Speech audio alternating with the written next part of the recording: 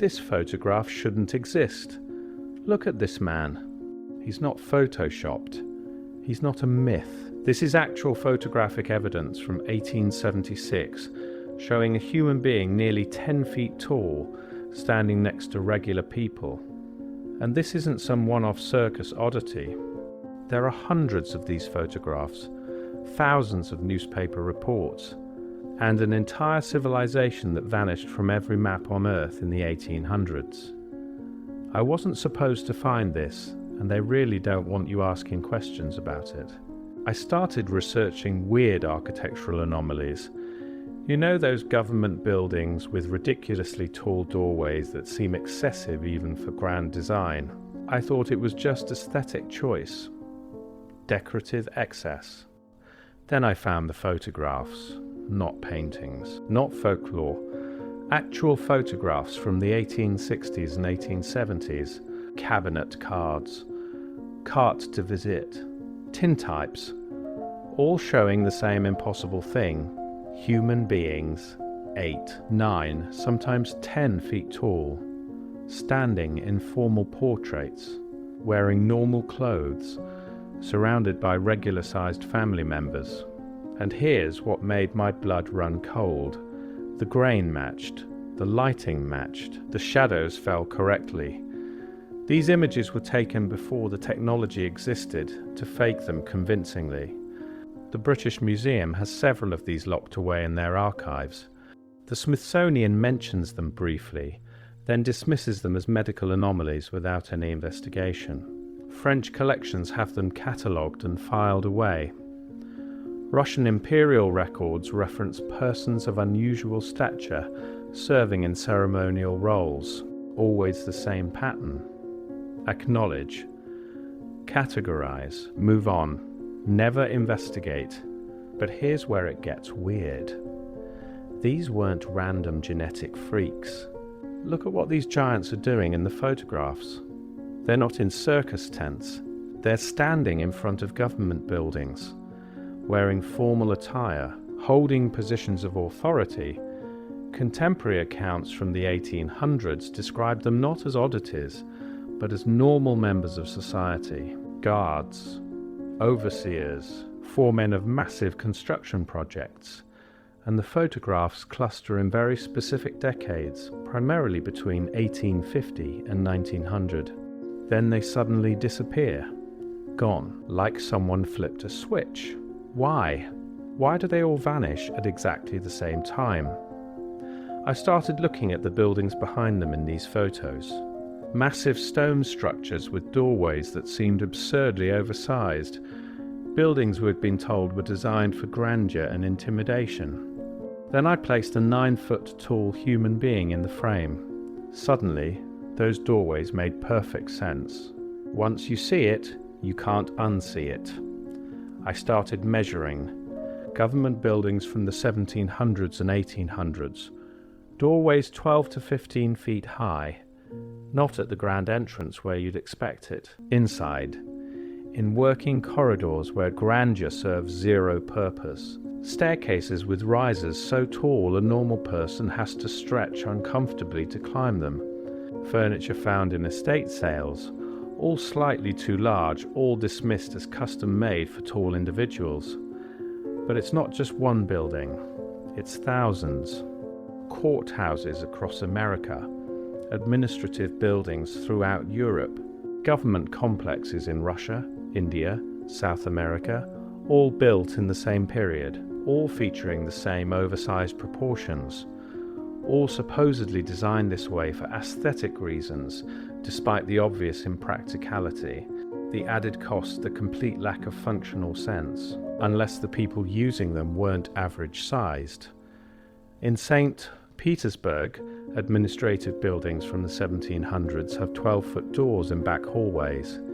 In Buenos Aires, municipal structures have staircases requiring enormous strides. In Delhi, colonial-era government buildings contained furniture that would make a 6-foot man feel like a child. These weren't ceremonial spaces. These were working buildings, offices, administrative centers, the everyday architecture of governance. Who were they built for? And that's where Tartaria becomes impossible to ignore. If you've never heard of it, that's the point. Tartaria appears on maps from the 1700s and early 1800s as a vast territory spanning northern Asia. Not a legend. An actual labelled region appearing in encyclopedias and atlases with the same casual certainty as France or Spain. Then sometime in the mid-1800s it vanishes. Not conquered, not renamed, erased. The maps get redrawn. The encyclopedias stop mentioning it. The history books pretend it never existed. But the architecture remains.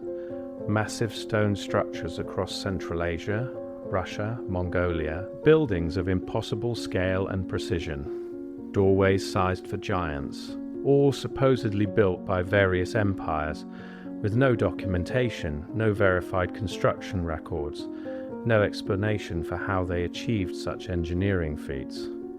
Here's my theory. What if the giants weren't anomalies? What if they were the administrators, the overseers, the guardian class of Tartaria? What if the architecture reflects that reality?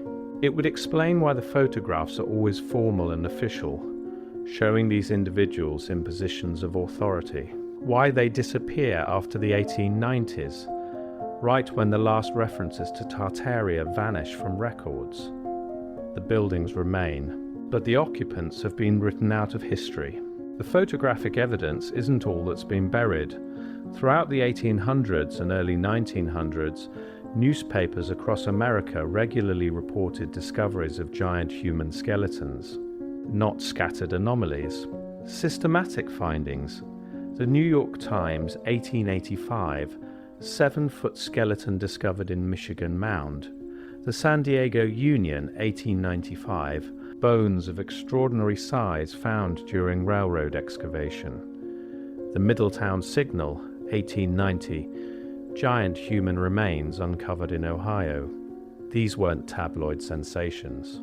These were mainstream newspapers reporting what was considered newsworthy, but not particularly controversial. The accounts described skeletons measuring 7 to 12 feet in length, often found in organized burial sites, frequently accompanied by artifacts suggesting advanced metallurgy. Then something changed. After approximately 1920, these reports stop, not gradually, abruptly. The skeletons already found, many were sent to the Smithsonian Institution for study. The Smithsonian now claims no such skeletons exist in their collections. Missing, lost, misplaced during routine transfers. Hundreds of specimens, all vanished, without proper documentation. The pattern is too consistent to ignore. Discoveries peak in the late 1800s, the same period the giant photographs appear, the same period Tartaria disappears from maps. Then everything stops. Here's what disturbs me most. It's not the evidence, it's the coordinated silence surrounding it.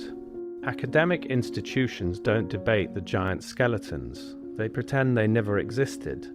Museums don't display the photographs. They file them away marked miscellaneous or unverified. Historical societies don't investigate the architectural proportions. They dismiss them as artistic choice. The pattern repeats across disciplines, across countries, across centuries of scholarship.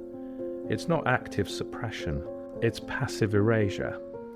Questions that aren't asked, evidence that isn't examined, dots that aren't connected because connecting them leads to conclusions that don't fit the established narrative.